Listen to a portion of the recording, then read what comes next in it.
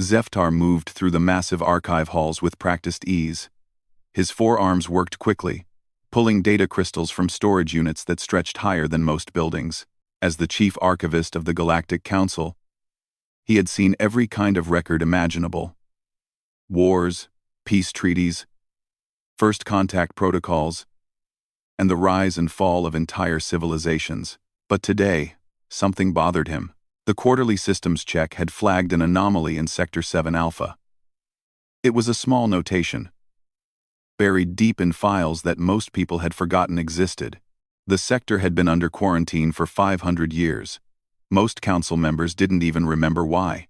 Zeftar's primary eyes scanned the ancient records, while his secondary eyes watched for approaching staff members. The Galactic Council governed 847 different species, across thousands of star systems. Everyone was always busy with current problems. Nobody cared about old files from sectors that had been written off centuries ago. The first document made him pause. It was a first contact report from 523 years ago. A young star system in the Orion Arm had been discovered. The third planet showed signs of primitive, intelligent life. The species called themselves humans and had just developed basic spaceflight. Standard protocol should have been simple: make contact, evaluate their development level, and either welcome them into galactic society or wait for them to advance further. But something had gone wrong. Zeftar pulled up the next file. His breath caught in his throat. The contact team had been carrying experimental nanoscale machines. These tiny robots were designed to help primitive species adapt to galactic technology over thousands of years. But there had been an accident during the first meeting. The entire batch of nanomachines had been released into Earth's atmosphere. Within hours, every human on the planet had been infected. The contact team's report was filled with panic. The humans were changing too fast. Their behavior became unpredictable. Some gained incredible strength. Others developed enhanced intelligence, almost overnight. The Council's response had been swift and brutal. Sector 7 Alpha was declared a quarantine zone. All travel to the area was banned. The humans were left alone with technology that could either kill them or transform them in ways nobody understood. Zeftar continued reading. The early monitoring reports painted a grim picture. Human cities burned as people struggled with their rapid changes. Governments collapsed. Wars broke out between those who had adapted to the nanomachines and those who had not. The Council observers predicted complete extinction within 50 years. But then something strange happened. The reports became less frequent. The monitoring stations started experiencing technical problems. Communication arrays failed one by one. The last clear signal from Sector 7 Alpha had been received over 200 years ago. The official explanation was stellar interference. The human star system had become unstable, creating electromagnetic storms that blocked all long-range communication. Most Council scientists agreed that the humans had probably destroyed themselves long ago. The nanomachines had been too advanced for such a primitive species to handle. Zeftar found the final report in the series. It was brief and cold. Subject species presumed extinct. Quarantine maintained for safety. Monitoring suspended due to technical impossibility. Sector 7, Alpha, classified as Dead Zone. That had been written 184 years ago. Since then, nobody had bothered to check on the forgotten humans. Zeftar's secondary arms worked at his data terminal, while his primary hands continued sorting through physical files. The current Council leadership had never even heard of Sector 7 Alpha. Most of the officials who had been present during the original incident were long dead or retired. He found personnel records for the contact team that had caused the disaster, all deceased. The lead scientist had written several papers about the dangers of accelerated evolution before taking his own life 50 years after the incident. The trauma of potentially causing an entire species extinction had driven him mad. The more Zeftar read, the more concerned he became. The quarantine zone contained not just Earth, but 8 other planets in the same star system. Some had shown signs of primitive life. If the nanomachines had spread beyond Earth, there was no telling what might have developed in 500 years of isolation. He pulled up current stellar charts. Sector 7 Alpha was marked with simple warning symbols. Biological contamination. Entry forbidden. The coordinates were listed. but no detailed information was provided. Most navigation systems would automatically route ships around the area. Zeftar realized that an entire section of the galaxy had been ignored for centuries. Nobody knew what was happening there. The monitoring systems had failed so long ago that current technology might be able to penetrate whatever interference was blocking communication. He began drafting a report for the council leadership. As he wrote, he tried to imagine what they might find if they sent a ship to investigate. The most likely scenario was empty space and dead planets. The humans had probably died out within the first century, victims of technology they couldn't understand or control. But there was another possibility that made Zeftar's skin crawl with unease. What if the humans had survived? What if they had not just adapted to the nanomachines, but mastered them? 500 years was a long time for any species to develop, especially one enhanced by advanced technology. Zeftar finished his report and marked it for immediate review by the Council's Executive Committee. He recommended sending a single scout ship to perform a basic survey of Sector 7 Alpha. Nothing dramatic, just a quick check to verify that the quarantine zone was still empty and harmless. As he sealed the report and prepared it for transmission, Zeftar couldn't shake the feeling that he was about to unleash something significant. The humans had been forgotten for good reasons. The Council had learned from that disaster and developed better protocols for first contact situations. But now, centuries later, someone would finally return to see what had become of the species that had been left alone with technology beyond their understanding. Zeftar just hoped that whoever reviewed his report would treat it as the routine matter he had tried to make it seem. The last thing anyone wanted was for the Council to panic about threats that probably didn't exist anymore. Scout Commander Krill Vex stretched her tentacles across the control console of the survey ship Times Silent Observer **. She had been assigned what should have been the most boring mission of her career: check on an old quarantine zone, confirm that nothing was alive there, and return with a brief report saying the area was still safe to ignore.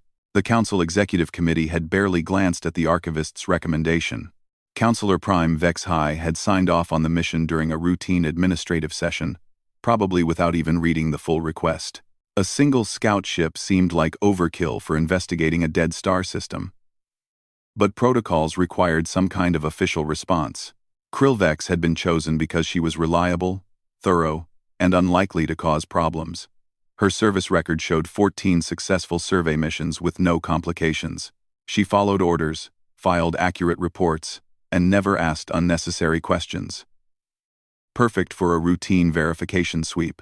The jump into Sector 7 Alpha went smoothly. Krillvex's instruments began their automatic scans as the ship dropped out of faster-than-light travel. She expected to see empty space, maybe some debris from ancient battles, and the cold radiation signature of dead planets. Instead, her warning systems immediately began screaming. The scanner displays lit up with impossible readings. Massive energy signatures throughout the star system. Organized electromagnetic patterns that could only come from advanced technology. Artificial structures so large that her computer initially classified them as natural phenomena. Krillvex ran the scans 3 times, convinced that her equipment was malfunctioning. But every reading confirmed the same incredible truth. The Sector 7 Alpha system was not dead. It was more active than most core worlds. The third planet from the star showed energy patterns that made no sense. Vast networks of lights covered entire continents. Orbital stations surrounded the planet in carefully organized patterns. Space traffic moved between multiple worlds in the system like a busy commercial hub. But that was impossible. According to the records, this system had been quarantined for 500 years. No ships were supposed to have entered the area since the original disaster.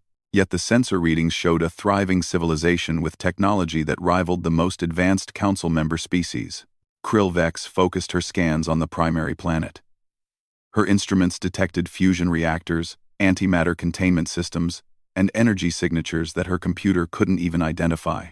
Whatever the humans had become, they were no longer primitive. She tried to make sense of what she was seeing. The old records mentioned nanoscale machines that could accelerate evolution. But 5 centuries seemed impossible for any species to advance so far.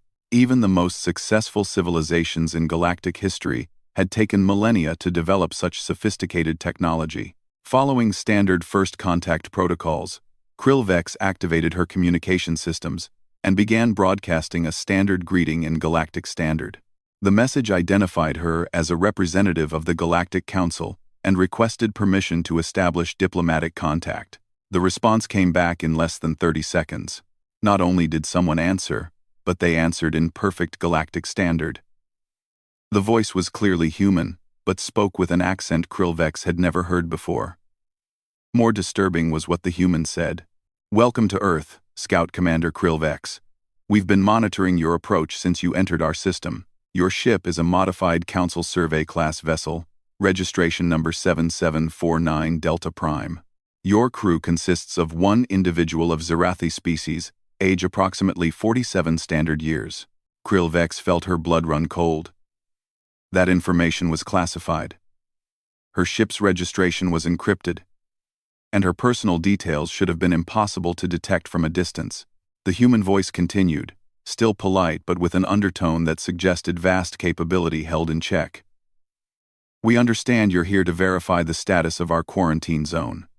We're quite aware of our isolation, and we're also aware that the Galactic Council has largely forgotten about us. We don't hold any grudges about that. It's been a very productive 500 years. Krillvex tried to respond, but found herself speechless.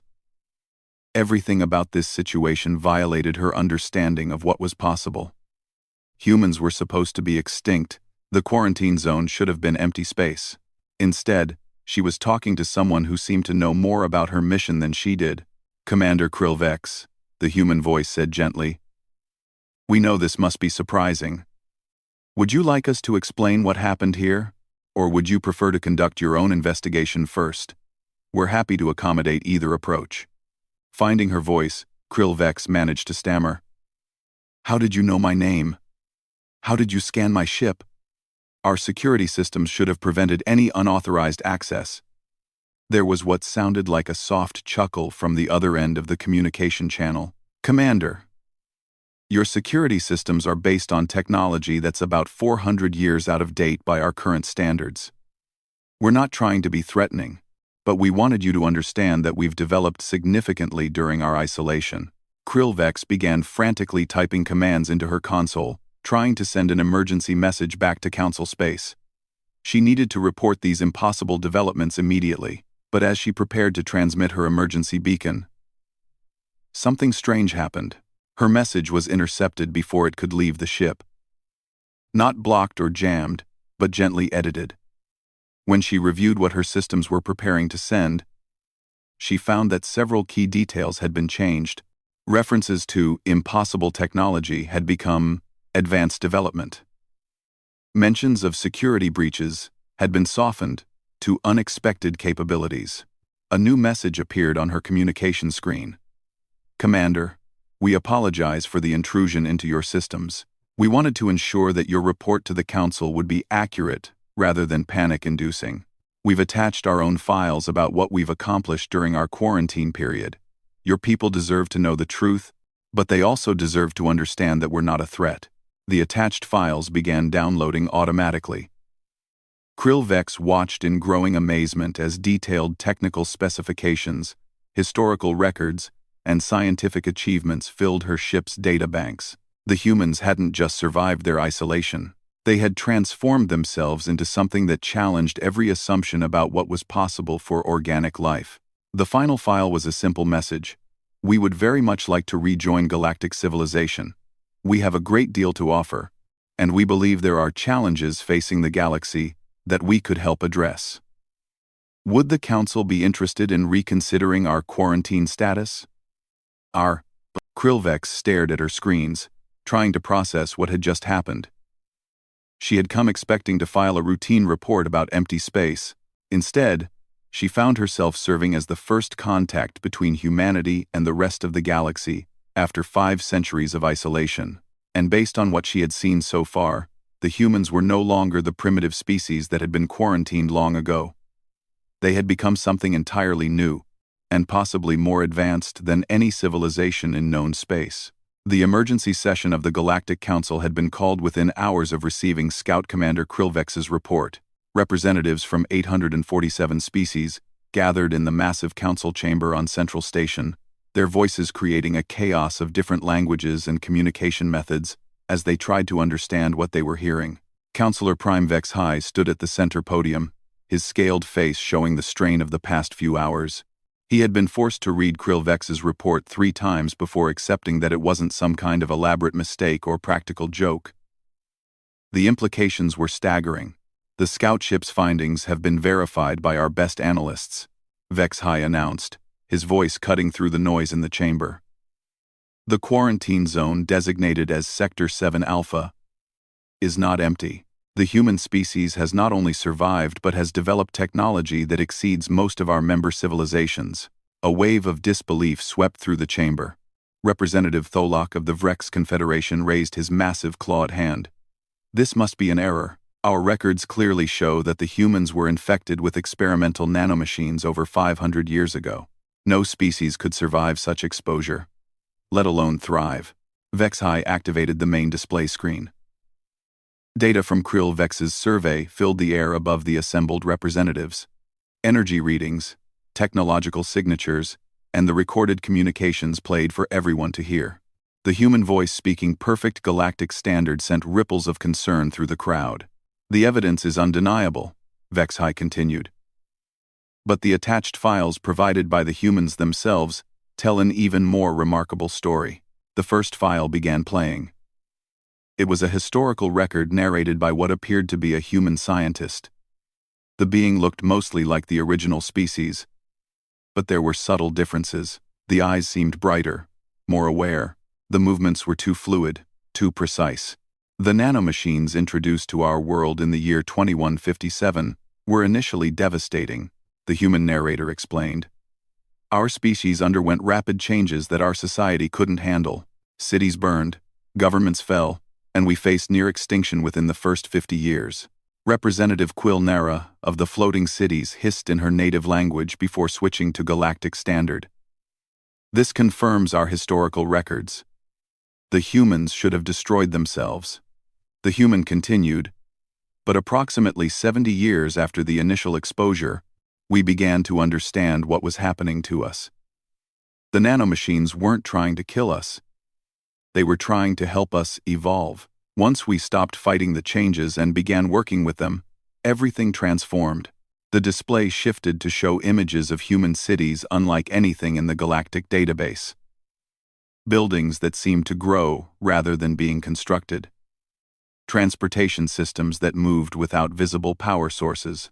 Humans working alongside machines in perfect harmony. We learned to integrate with the nanoscale technology, the narrator explained.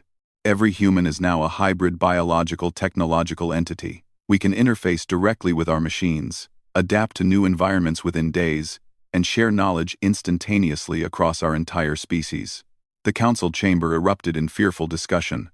Representative Zekmon of the Crystal World stood up, his crystalline body reflecting the chamber lights. This is exactly what we feared would happen. They've become something that shouldn't exist. But the human files weren't finished. The next section showed space-based achievements that made several representatives gasp in shock. Humans had not only colonized every planet in their star system but had built structures that defied known physics. Orbital rings that shouldn't have been possible with any known materials. Ships that seemed to move through space in ways that violated basic principles of propulsion. During our isolation, we've had time to fully explore the possibilities of our enhancement, the human narrator continued. We've solved problems that have challenged galactic civilization for millennia. Energy production, faster-than-light travel, environmental restoration, and even life extension. The final section of the presentation was what truly terrified the assembled representatives. The humans revealed that they had not been completely isolated during their quarantine. They had been observing galactic civilization for over 2 centuries. We respect the quarantine that was placed around our system, the human said. But we've maintained hidden observation posts throughout the galaxy. We've watched your wars, studied your technology, and even prevented several extinction-level events that your species never detected. The display showed star charts marking locations where humans claimed to have maintained secret facilities. The coordinates included systems deep in core world territory, areas that should have been impossible for anyone to access without detection. Representative Korvash of the Military Oversight Committee stood up, his forearms crossed in a gesture of extreme alarm. "Are you telling us that these humans have been spying on us for centuries? That they've had access to our most secure systems?" Vexhai nodded grimly. "The files include detailed records of 17 different crisis events that were resolved by human intervention. Solar flares that should have destroyed inhabited worlds were mysteriously deflected. Asteroid impacts that would have caused mass extinctions were prevented by unexplained course changes. Several attempted invasions by hostile forces were stopped by equipment failures that our investigators attributed to chance." The implications hit the chamber like a wave. The humans hadn't just survived their quarantine. They had become the secret protectors of a galactic civilization that didn't even know they existed. Representative Silktar of the Harmony Worlds spoke in a whisper that somehow carried across the chamber. "If they've been protecting us without our knowledge, what else are they capable of?" As if in response to her question, every communication system in the council chamber activated simultaneously. The message didn't come through normal channels or security protocols. It simply appeared on every screen, in every personal device, and even in the translation matrices of species who communicated through methods other than sound. The message was simple and polite, but its method of delivery was more terrifying than any threat could have been. "Honored representatives of the Galactic Council," the text began. "We, the human species of Sector 7 Alpha, formally request permission to rejoin galactic civilization. Our quarantine has served its purpose. We have mastered the technology that was accidentally introduced to our world, and we believe we can contribute significantly to the continued peace and prosperity of all galactic species." The message continued with technical specifications that proved human knowledge of Council technology far exceeded what should have been possible. They provided exact details of current military deployments, economic projections for the next 50 years, and solutions to 17 ongoing galactic problems that the Council's best scientists had been struggling with for decades. But the final paragraph was what made every representative in the chamber realize that their universe had fundamentally changed. "We are also obligated to inform you that the galaxy faces an imminent threat that requires immediate attention. Long-range stellar observations indicate an expanding wave of dark matter that will destabilize outer rim star systems within 50 standard years. We have developed preliminary countermeasures, but success will require the cooperation of all galactic civilizations. We hope that our emergence from quarantine can mark the beginning of a new era of cooperation in the face of this challenge." The chamber fell silent.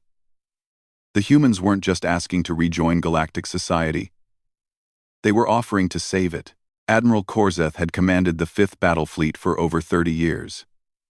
He had fought pirates, suppressed rebellions, and maintained peace across 17 different star systems. In all that time, he had never encountered a situation that made him question the superiority of Council military technology. Until now. The Council's emergency military session had been heated and brief. Representatives from the more aggressive species argued that humanity's claims were obviously exaggerated. No single species could advance so dramatically in just 5 centuries. The humans were probably using stolen technology or had received help from unknown sources. The decision was made quickly. The 5th Battle Fleet would travel to Sector 7 Alpha, assess the actual threat level, and if necessary, re-establish the quarantine by force. Admiral Korzeth was chosen to lead the mission because of his reputation for decisive action and his ability to make difficult choices under pressure. As the fleet emerged from faster-than-light travel at the edge of the human system, Korzeth felt confident in his orders. His ships represented the peak of galactic military technology. The fleet included 47 heavy cruisers, 156 strike fighters, and the massive flagship times Council's Authority ***. No known force in the galaxy could stand against such firepower. The first scans of the system immediately challenged that confidence. "Admiral," reported Commander Yilsek from the sensor station, "I'm reading human vessels throughout the system, but they don't match any known ship designs." Korzeth moved to review the sensor data himself. The human ships were unlike anything in the galactic database. They appeared to be grown rather than built. with flowing organic shapes that somehow looked both beautiful and threatening. More disturbing was their size. Several vessels were larger than his flagship, and they moved through space in ways that seemed to ignore basic physics. "How many ships are we detecting?" Korzeth asked. "That's the problem, Admiral. The number keeps changing. Ships appear and disappear from our sensors as if they're moving in and out of normal space. Current count is approximately 300 vessels, but I can't guarantee accuracy." Korzeth activated the fleet communication system and transmitted the standard demand for surrender. His message was broadcast on all frequencies, demanding that human forces stand down and prepare for inspection under the authority of the Galactic Council. The response came back immediately, and it wasn't what he expected. "Admiral Korzeth," the human voice said, speaking directly to him by name, "we welcome you to our system. However, we must point out that your current approach constitutes an act of war against a sovereign civilization. We would prefer to resolve this situation peacefully." Korzeth felt his scales bristle with irritation. "Unknown human vessel. You are operating in violation of a long-standing quarantine. Surrender immediately or face the consequences." "Admiral," the human responded, and Korzeth could hear something that might have been amusement in the voice. "We're afraid we can't do that, but we would like to demonstrate something to help you understand your current situation." Before Korzeth could ask what they meant, every weapon system on every ship in his fleet went offline simultaneously. The Admiral's command staff erupted into frantic activity as they tried to understand what had happened. Ship after ship reported the same impossible situation. Their weapons weren't damaged or destroyed, they simply wouldn't function. Energy couldn't build up in the charging systems. Targeting computers refused to lock onto human vessels. Even the manual backup systems failed to respond.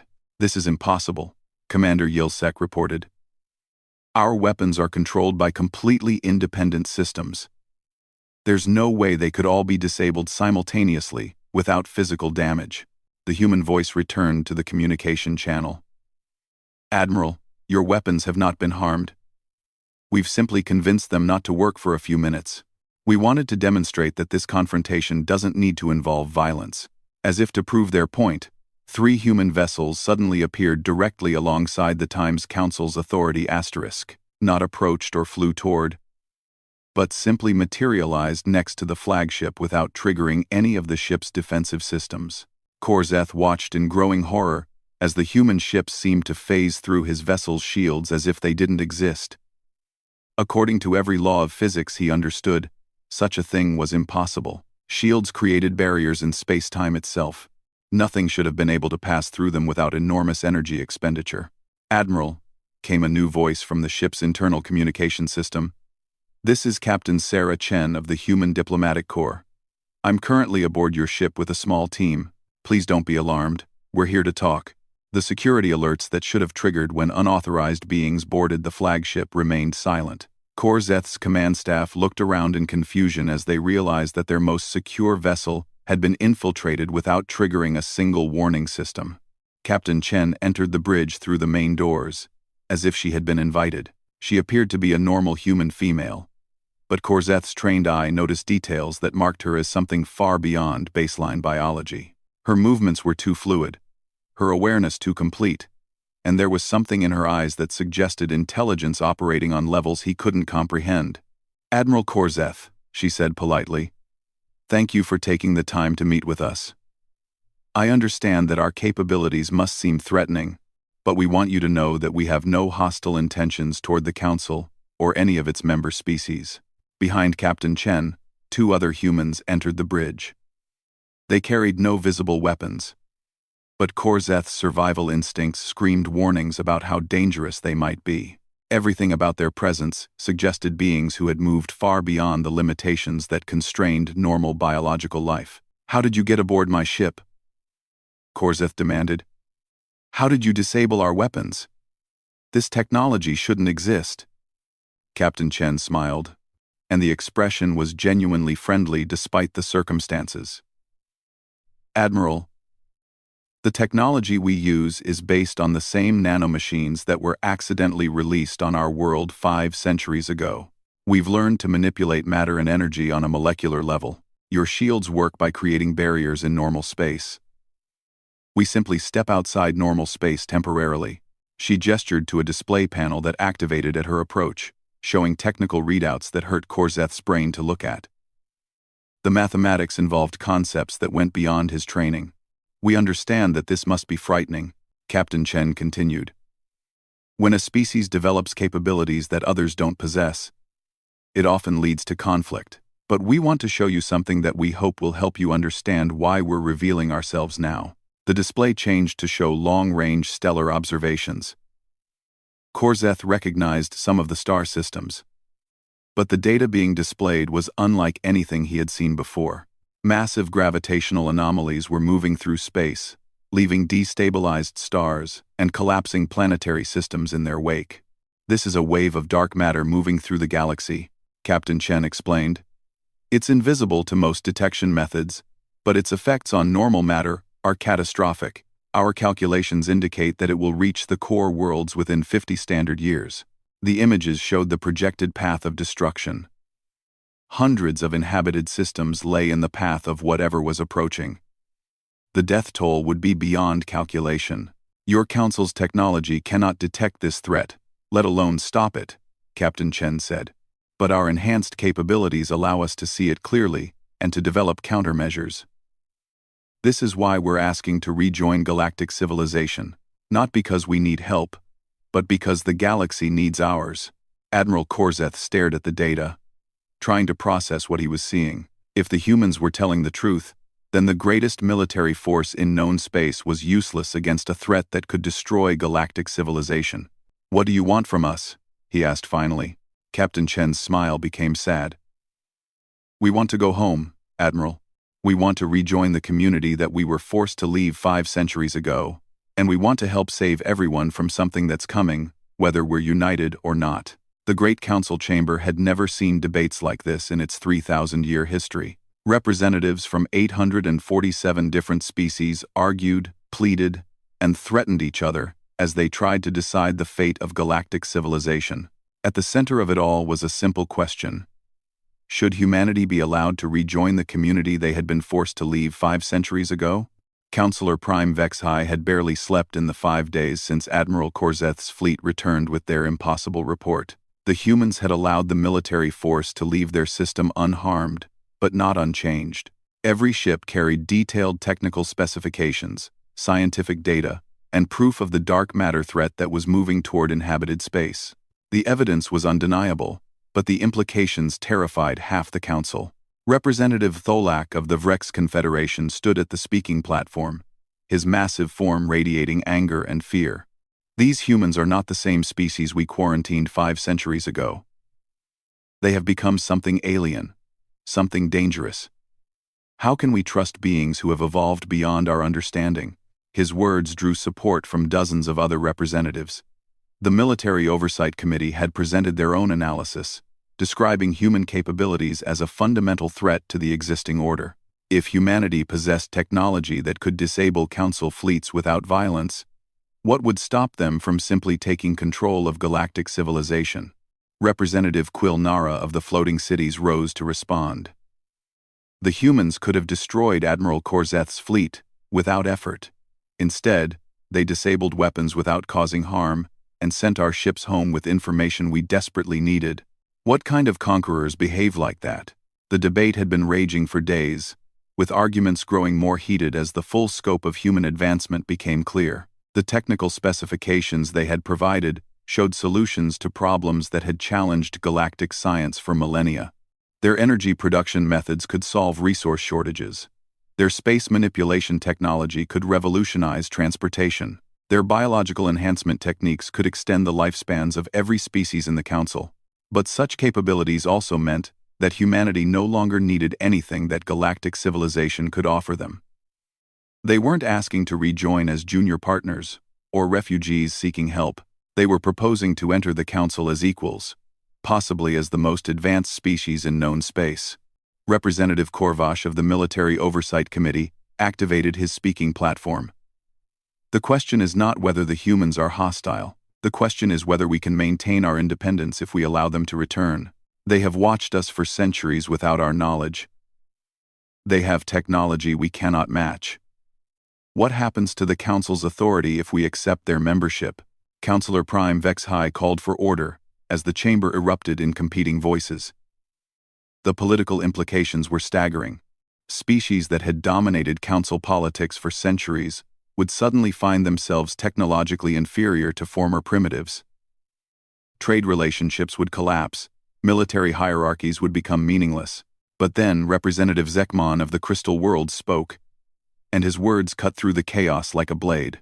None of our political concerns will matter if we're all dead. The chamber fell silent as he activated the main display. The images showed long-range sensor data that the Council's best scientists had been analyzing for the past 3 days. The human warnings about dark matter expansion had been verified by independent observation. The humans were right, Zekmon continued. There is something moving through outer rim space that our instruments can barely detect. 3-star systems have already shown signs of stellar instability that match human predictions. If their timeline is correct, we have less than 50 years before this threat reaches inhabited worlds. The display showed projected casualty figures that made several representatives leave the chamber. Billions of lives across hundreds of worlds. The complete collapse of galactic civilization. An extinction event that would dwarf anything in recorded history. Our best scientists have analyzed the data, Zekmon said. We have no technology that could address this threat. We cannot even detect it reliably, let alone stop it.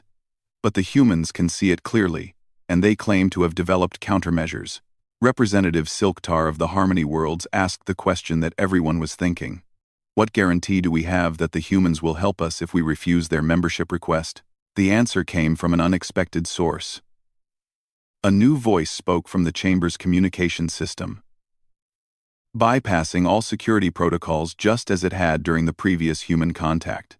Representative Silktar, the human voice said, "We understand your concern, but we want you to know that we will provide assistance against the dark matter threat, regardless of the Council's decision regarding our membership status. Our species remembers being part of galactic civilization. We will not allow it to be destroyed, even if you choose to exclude us from it." The casual demonstration of technological superiority sent ripples of unease through the chamber.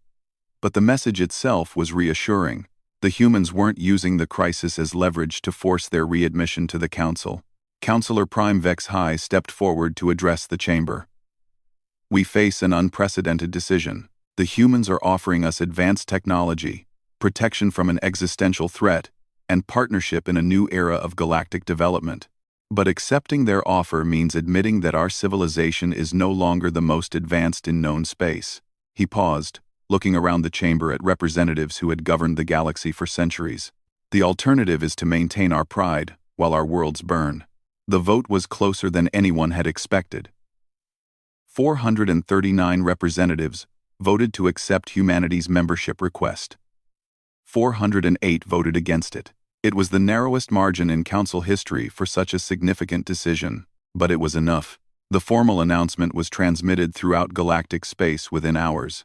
The quarantine around Sector 7 Alpha was officially lifted. Humanity was welcomed back into the Galactic Council. Not as the primitive species that had been isolated 5 centuries ago, but as the most technologically advanced civilization in known space. The human response was immediate and overwhelming. Within days, human ships appeared in systems throughout the galaxy. Not warships or invasion fleets, but research vessels and construction platforms. They began building defensive installations and monitoring stations designed to detect and counter the approaching dark matter wave. Zeftar, the archivist whose discovery had started everything, was assigned to document the changes as they occurred. His updated reports described a transformation that defied all previous understanding of how civilizations developed. Human-guided evacuation plans were developed for worlds in the path of the dark matter expansion. New technologies were shared freely with any species willing to learn. Research stations appeared in empty space, studying threats that most civilizations couldn't even detect. But perhaps most remarkably, the humans seemed genuinely happy to be home. Their communications with other species were warm and respectful. They shared their advanced knowledge without demanding anything in return.